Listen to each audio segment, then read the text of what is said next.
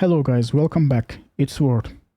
Today's video is gonna be about solo farming Utgarde Keep as a warrior. So this is the gear that I will be using here in this video. Try to grab a token.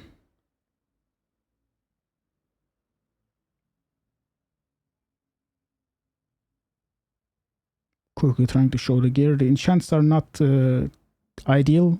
You might wanna get the DPS oriented enchants, maybe agility and close. If you notice, I jumped agility to increase mitigation here, and it also gives crit, which is a DPS increase. Try to get the brutal version of this, which I will be doing as well. This is the gear I've been using. The enchants, as I said, is lacking here because it's a beta character. So first, we need to talk about the talents. These will be the talents I will be using in this video. So you can do some changes according to what you like.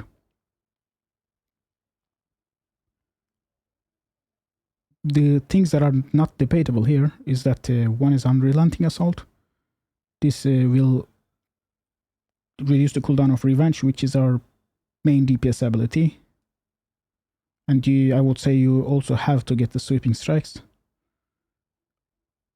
These two are not really debatable. And the improved Revenge is also not debatable because Revenge is our main ability and you want to increase our damage with that. We want to, this makes it hit an additional target and increases damage of it by a lot. And we have some here.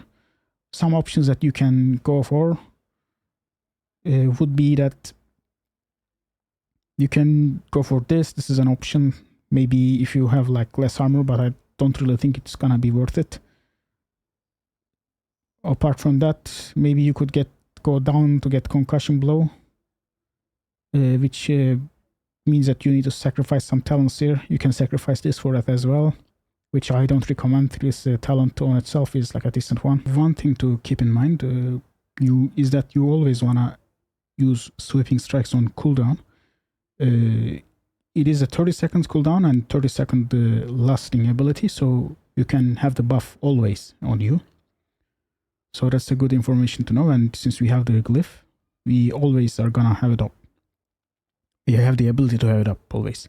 I'm not gonna be using using it on this first pack because I don't need to. Probably a good idea to just use it whenever possible for good measure. And keep in mind that you can, if you are having trouble in some packs, you can use it twice. This was more of a, this was not like a speed clear. This was more of like a training clear of myself. Like I don't really want to spend so much effort on it. I just want to get it like a clean run because I have my doubts of the ability of the server to be playable at release night. So I'm just guessing that the direction I will be using is that, oops. So yeah, I just put it on bars. I'm just gonna start developing on morning, I feel like, but we'll see. Anyhow, we are continuing. So one thing to mention is that you want to keep your HP high all the time in case something goes wrong. And it is like you will have to heal anyway eventually since you don't have any healer. Bandages might be making a bit faster. So this is the Northrend food. You have access to it. So just buy it when you start. You're gonna be passing the Undead City anyway, so you should be able to buy it. So yeah, this is the stun, and if you notice, it's proccing my second wind. That's why we got second wind, and it is providing some heal to me. I think these metalworkers guys should be the priority kill, but I'm not 100% sure. I think all of these guys have the ability to get enraged. This part is rather easy anyway, so you will just breeze through it. And we have the last stand, remember? The one thing with last stand is that you're gonna lose the HP when the effect ends, so always keep that in mind. So try to use that very last of your HP. I started this mob with like low HP, so seemed worse than it could be. So as you can see here that I randomly activated sweeping strikes. It is because like it is ticking right now, the cooldown is ticking and I have the buff. So like I can use it and it will recharge faster. One thing to also consider is that like you most likely don't want to be using it when there's only 2 mobs with like 50% HP left, right? But one thing to consider is that if you are using it on only one mob, it won't be losing any charges. So you can use this tactic to already start charging it. So again, like very regular. Try to use shield block as much as possible. It has a 40-second cooldown right now. So as you see, by the way, I'm using a weak aura that shows when revenge is procced. It is very useful. Yeah, I used the sweeping strikes here to like make it already be charging, and it is recharging already. So yeah, use shield block because it will actually increase your damage by making revenge proc more. And probably a good idea to use different trinkets here. The one that you can get from Zolaman seems to be a good option. Like it gives armor, so it also gives some attack power. It looks like revenge is proccing. What it is has the attack power. Like it increases damage with attack power. I'm skipping this one pack here. You will most likely want to kill it, but like it is the same of the other packs, and this was supposed to just be showing how to do this, so I won't be showing it here.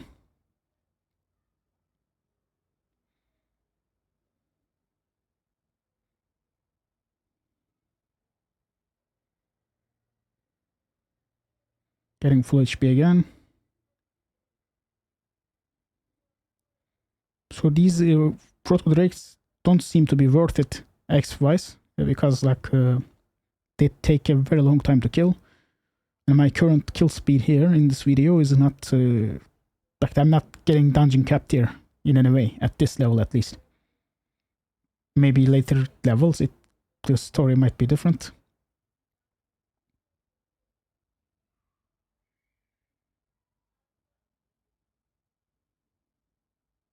Yeah, as you can see, it's taking quite a bit of time, and it is doing quite a bit of damage. And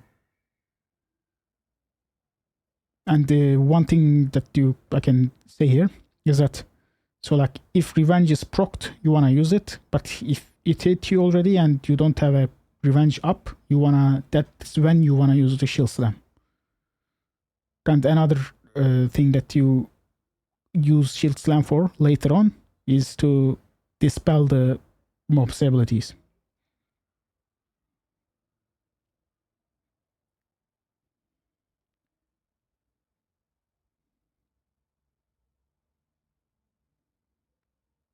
So I have my sweeping already charged. That's a nice Azinot proc here.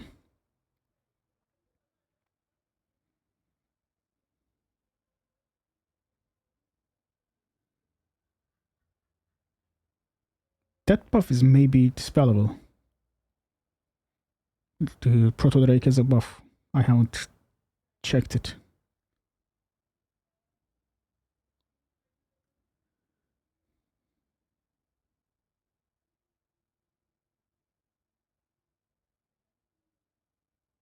So yeah, these take a long time to kill, and they give more XP than normal mobs. Maybe they're worth it. I'm getting more experience, by the way, because this character is rested right now.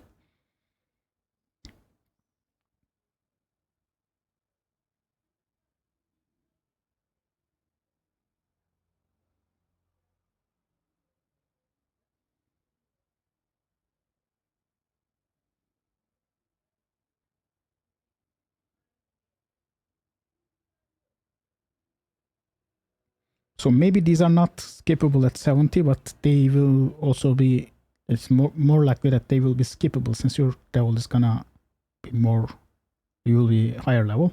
Maybe you can skip 2 of these later on. Then maybe they're already skippable. I don't know. I didn't want to test. But you don't really want to. I mean, I guess like if you go through the mob, you can.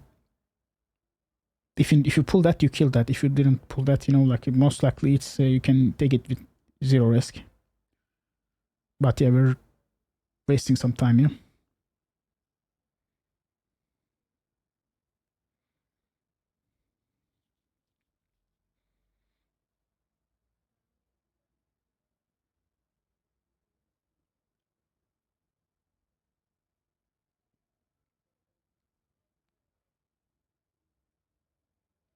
So I charge sweeping here again, and so it gets on cooldown already.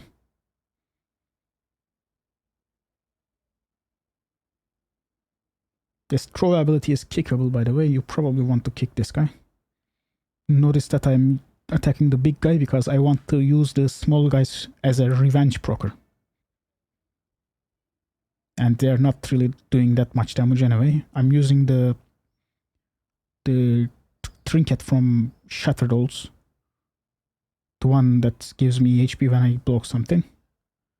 But yeah, as I mentioned, might be a good idea to swap between some trinkets here to get the effect of Owen uses. Now these rune casters are a pain in the ass. So as you can see, they're casting a rune.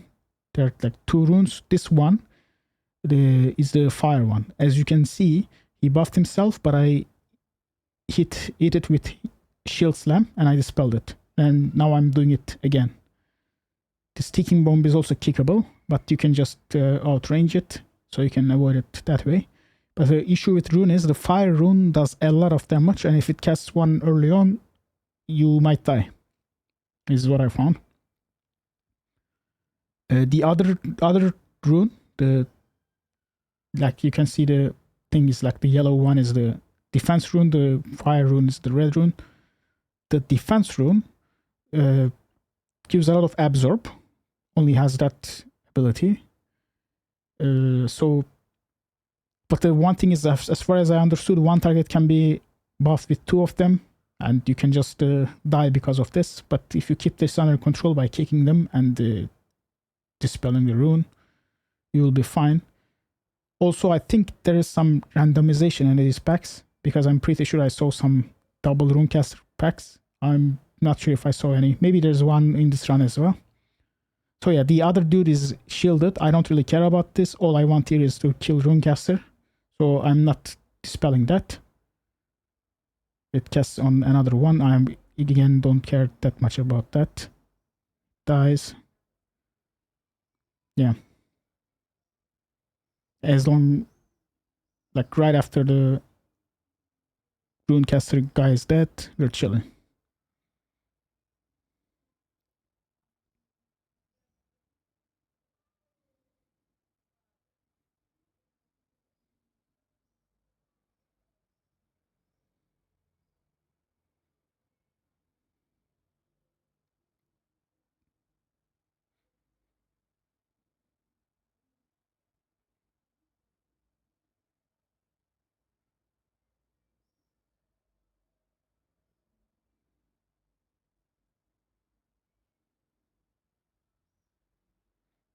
You can just pull bigger pulls here, but don't make it don't necessarily feel you have to do bigger pulls, because like you don't really have like a big AoEs. Your main damage spell is Revenge.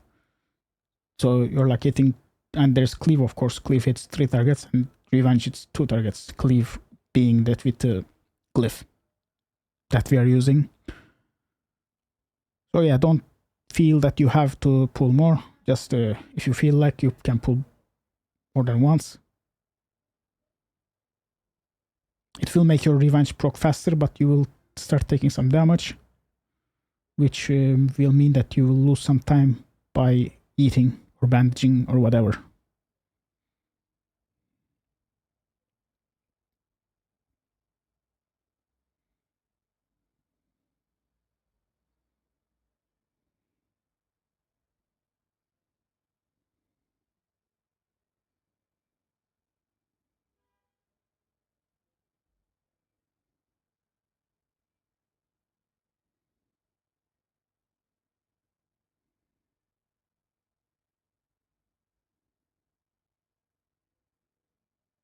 This was, I guess, a lucky patrol, but I charged into the pack to show you that it is possible to kill it as 4, but we already killed a pack of 4 before at the Kalaseth room, so we know that already. Died before being able to cast another rune. We're pretty chilling right now. But yeah, we need to make sure that we have like a decent HP before every pull here. Keep in mind that you can just use retaliation. Recklessness is not doing that much, but it's still a good thing to use. Like you can use it with sweeping strikes, but you wanna deplete the charges. Recklessness is giving like a very low amount of charges in Wrath. So keep in mind that you can use all, like you can use recklessness and you can use shield wall.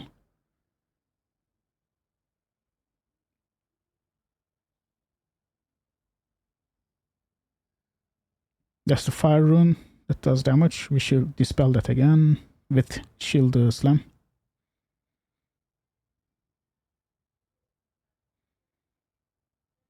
By the way, like all of these packs were quite easy because there were only one rune caster.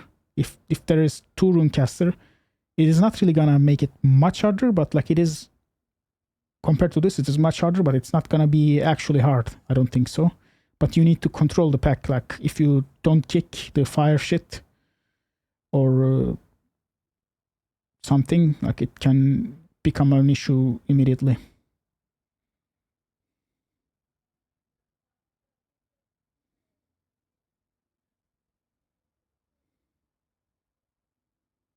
And if there are 2 of those, they will both cast.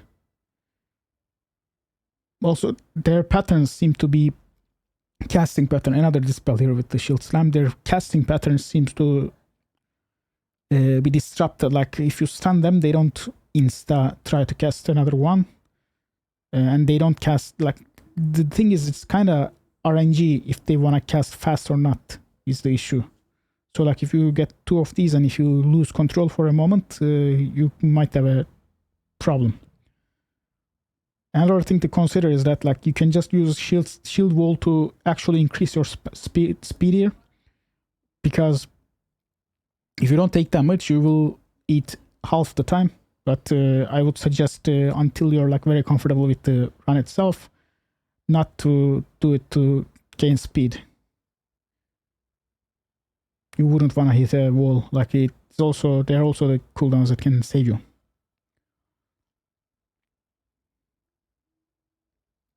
We're skipping this boss.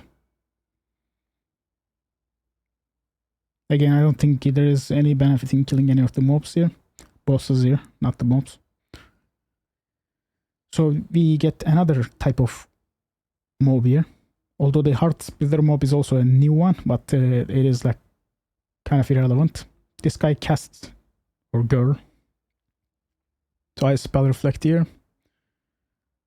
Try to reflect as much as possible because like essentially you're gaining damage by doing that.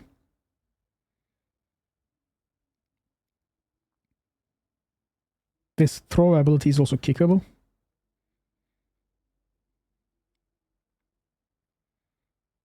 But I'm backpedaling here because I'm like as I said, like I haven't done this farm that much.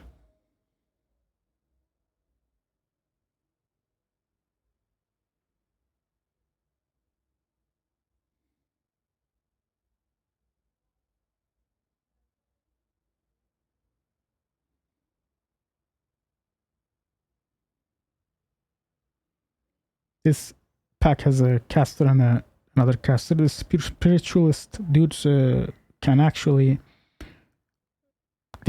heal with healing wave. So keep that in mind. You probably want to interrupt that as well. But obviously the rune is the first. So you see that I shield slam this immediately because it casts the shield on himself, and thus the healer just dies before being able to heal.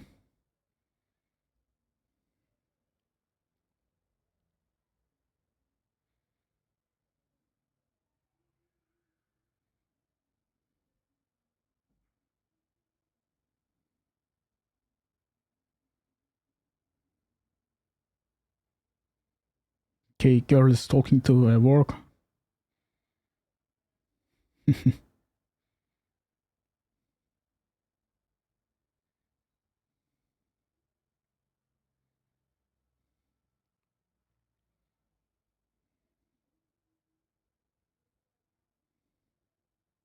It's kind of uncomfortable to play here because unfortunately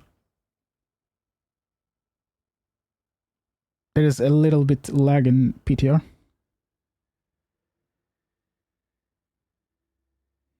As you can see, like at bottom right, I'm playing with 170-ish ms.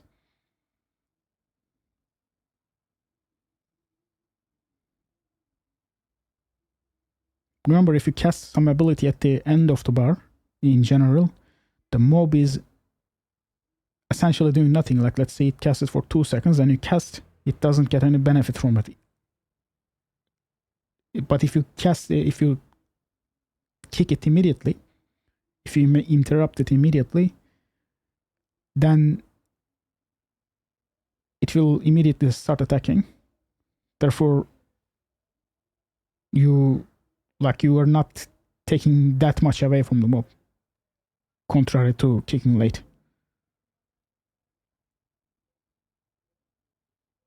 Arguably, that mob hitting you is also a DPS increase in most cases. Melee hit is what I'm talking about.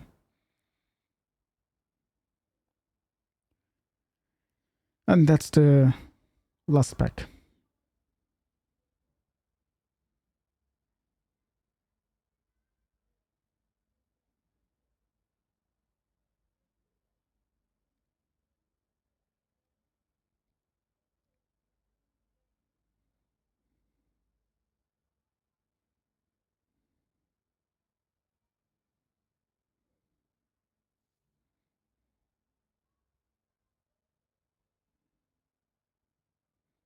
And yeah, you can see the experience here.